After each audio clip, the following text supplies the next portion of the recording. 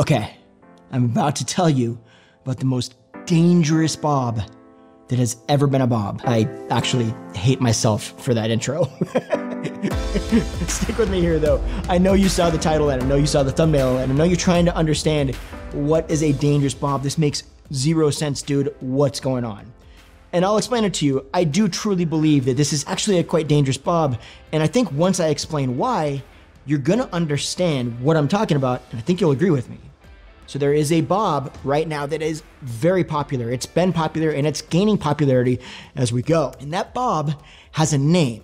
And the problem is, if you walk into your stylist and you sit down in their chair and tell them, I want this Bob, the probability of you coming out with a haircut that is either too long or even worse, far shorter than you ever wanted is very high. And if it is too short, well, then you get the joy of spending however long it takes to grow that style back out into something that you feel good in. All of that can be mitigated, and I'm gonna explain exactly how you can mitigate that very simply. Are you annoyed that I haven't told you? I'm annoyed that I haven't told you what it is yet, so that's fair. It's a Bixie. If you have not heard of a Bixie, let me break down what this is. Get in close. Is a cross between a Bob and a Pixie. No. Rewind that. I want to make sure you caught it. A Bob that's this long and a Pixie that's this long. Cool. Anything in between those two lengths. Can you see how dangerous that could be? I want a Bixie. Oh, cool. Here you go. I wanted this. Have fun with that. Don't stress you though. I got you covered. I'm going to break this down for you today. We're going to make this easy. We're going to make sure that you don't end up in that situation. And we're going to make you maybe find your favorite haircut ever. There you go. Okay, the first thing you want to determine is how short you want the length. What we have to understand is there are two kind of lengths when we're talking about a normal kind of Bob length or a Bixie style. These two lengths are behind the ear and in front of the ear. So the first thing you want to determine is how short do you want the hair behind the ear? How close to your neckline do you want that to be? Typically speaking, the higher you take it or the closer you take it to the neckline, the more kind of internal layering in the back, the more kind of options you have with the way you go about layering it. So that is something that you want to keep in mind, but it's going to be a little bit dictated by how low or high your hairline goes. If you've got a lower hairline, meaning that your hair grows a little bit lower on your neck, you may want to leave that length in the back long enough to actually cover that so you don't have to razor that off in between haircuts. And the next step is to understand how long you want that to be in front of the ears. So do you want this to look more like a Bob, or do you want this to be a little bit softer and shorter? Maybe something that is a little bit more layered and a little bit less of a Bob overall feel. This is kind of what takes us into the realm, if you will, of Bixies. So determining those two things is going to play a big role in the steps that we have moving forward. There is going to be an element of face shape involved. So typically speaking, the front, the longer you leave that, the more length it's going to add to your face. Whereas the shorter you take it, or the closer to your chin line specifically, the more fullness it's going to add to your face. Now, once you go shorter than the chin line and you start to layer that a little bit more, then we're kind of taking some of that bulk out of the face again because of where the volume is gonna set. And again, we'll kind of hit on that here in a second. Okay, step two is all about the back, and that's how tight or close to your skull, if you will, do you want that to be layered? Do you want just a very slight bevel? Or do you want it to be quite tight and layered, even as far as potentially being shaved? You want to figure out kind of how tight this is going to go, because as we move forward, this is going to help dictate how much layering or how short other parts of your hairstyle will go. For instance, if you take that shorter, then you'll have a much easier time taking the front or the top shorter and still keeping the shape and balance. If you take the back too short and you leave the front too long, well, it's just going to end up looking like two kind of disconnected haircuts. However, if you leave the back too long and you take the front quite short, then we kind of move into more of kind of a mullet range. May or may not be what you're looking for, but it is important that you're aware of the separation there. Oh, and before we move on to step three, first of all, if you're new here, thank you for hanging out. My name is Justin Hickox. I've been doing hair since 1995 professionally. And so on this channel, typically I'll take you on adventures while I teach you about hair. Today I'm inside, but yeah, you might see me on a trail here at some point. But I do actually have a question for you. I'm really trying to give you content that answers the questions that you specifically have. And I want to make sure that I'm kind of throwing the right content out there and giving you the most value possible. So do me a huge favor and just take 1 second. Go down below and comment with your biggest question or concern about your hair. Kind of think about it, if I can make a video on any topic that would help you the most, what is that topic? So go ahead and comment below, let me know. I wanna make sure that you are getting all the value I can give you. Oh, and if you're actually liking the video or you're getting some value, if I have earned your trust a little bit, why don't you go ahead and hit that subscribe button, or at least hit the like button. I come out with a new video every week. Join the family. Okay, step 3. Okay, the next step is to determine how short you want the front. Now, we already talked about the length. I'm talking now about the layering. How much layering do you want to see there? Now, this is an important part of this whole equation, because this is really where we're going to start getting away from the bob shape and into more the pixie shape and kind of landing in the middle zone of said pixie. Here are the kind of things that you need to understand about the different lengths.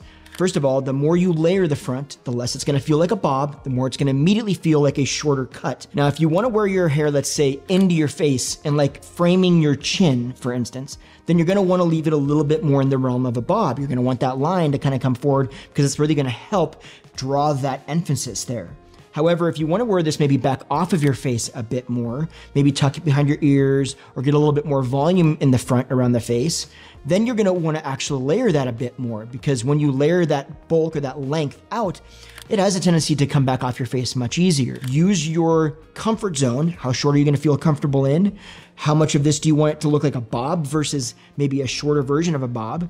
And are you going to wear it into your face or out of your face? Use those 3 questions and allow them to help you kind of dictate how long or short you take the front. Okay, now step number 4 is determining how short or long you want the layers on the top. Now, this is also a very important distinction, because this is really going to step you more into the idea of, are we doing a bob or are we doing a pixie? Where on that scale are we going to land? There are a couple things that you want to think about on the top. You're going to immediately probably go to, well, I want more volume, so I want to take it shorter.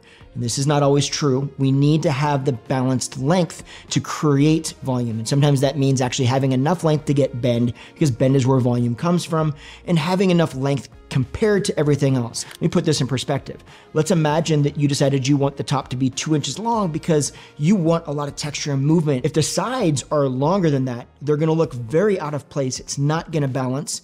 And overall, it's actually gonna make the top kind of disconnected and look like a little cap of volume on the top, a roundness, and then this other hair that just kind of sits there. Knowing that, use that to kind of guide your decision on the top of length. If you want the sides to be longer because it feels more comfortable for you, you want it to feel a little bit more like a bob shape, for instance, then you're not gonna wanna take the top really short because it's gonna be too short for the sides.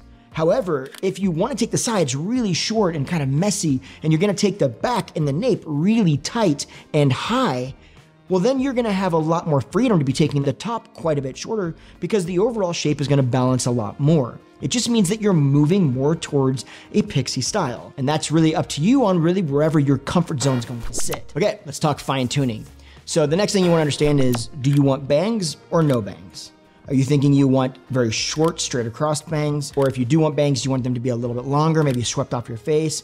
Or do you just not want to wear bangs at all in any way, shape, or form? Then you want to start thinking about your, what we call perimeter line. That means the hair around your ears and on the back around your nape, along the hairline, the bottom of the line. Do you want that to be soft, or do you want it to be very strong? And then if you look at the nape, do you want the back hairline to be kind of soft, or do you want it to be very bold? Now, I will say kind of a pro tip here, even if you're, let's say, going very tight, we were talking just about shaving the very nape of your head, I always still lean to the side of blending the line in versus cutting or edging in a really hard line on your neckline, as well as, even if you have a little bit of extra length, edging that length in and making the bottom length look strong. I always say that softness around the sides is always a good choice, and having that kind of M shape in the neckline is also always a good choice because it's more flattering, it elongates the neck, and I actually went much deeper into all of this stuff in this video right here. But I always do say that not having it so strong is a bit more flattering. Now, part of that is because if you look at the back of your neck, if you actually cut a straight line, it's gonna add a lot of broadness to your neck. It's gonna add thickness to it. Now, if that's what you want, great, then that's what you do. However, most people I run into don't want that, and therefore they wanna soften the neck and kind of go with more of a natural feel, which tends to have a little bit of softness in that M shape in the center, and et cetera, et cetera. So that's just a pro tip. Keep that in mind. So how do we break this down so that you can take all this information that you have now gathered to your stylist and actually explain what it is that you really want? Let me tell you. Okay, first things first, you're gonna write down on a piece of paper the 4 things that I just went through, kind of the 5 things that I just went through. You're gonna start with the length, behind the ears, in front of the ears. Then you're gonna make another column for the layering in the back. And then you're gonna make a column for the layers in the front, and then another one for length on top, and then another one that just says final touches. What you're gonna do is you're gonna go through each of those and kind of answer those questions. Length on the back and in the front, in front of the ears. You're gonna start asking, how short am I gonna feel comfortable taking that length in the back? How short am I gonna feel comfortable having the length in the front? And I would argue that that is the first question that you ask yourself. That's the most important question. It's just understanding what you're comfortable with. So I would lead all of these sections with, how comfortable am I? What length am I most comfortable in? How short is too short? How long is too long? Just kind of work with the comfort zone, and then we'll kind of move from there. And then you're going to write those things down, and you're actually gonna go into a magazine and start trying to find photos of lengths that match your answer. I feel better if my hair is this long, but no shorter than this. So find that no shorter than this photo and use that as the visual guide that represents your verbal guide, right? Or your written guide. So once you figure out the length behind the ear and the length in front of the ear, then you're gonna move to the layering in the back. How tight do I want this? You might not know out of the beginning how tight you want it because you might not know the options. So you start looking at photos of Bixies or of bob haircuts and just start finding short haircuts.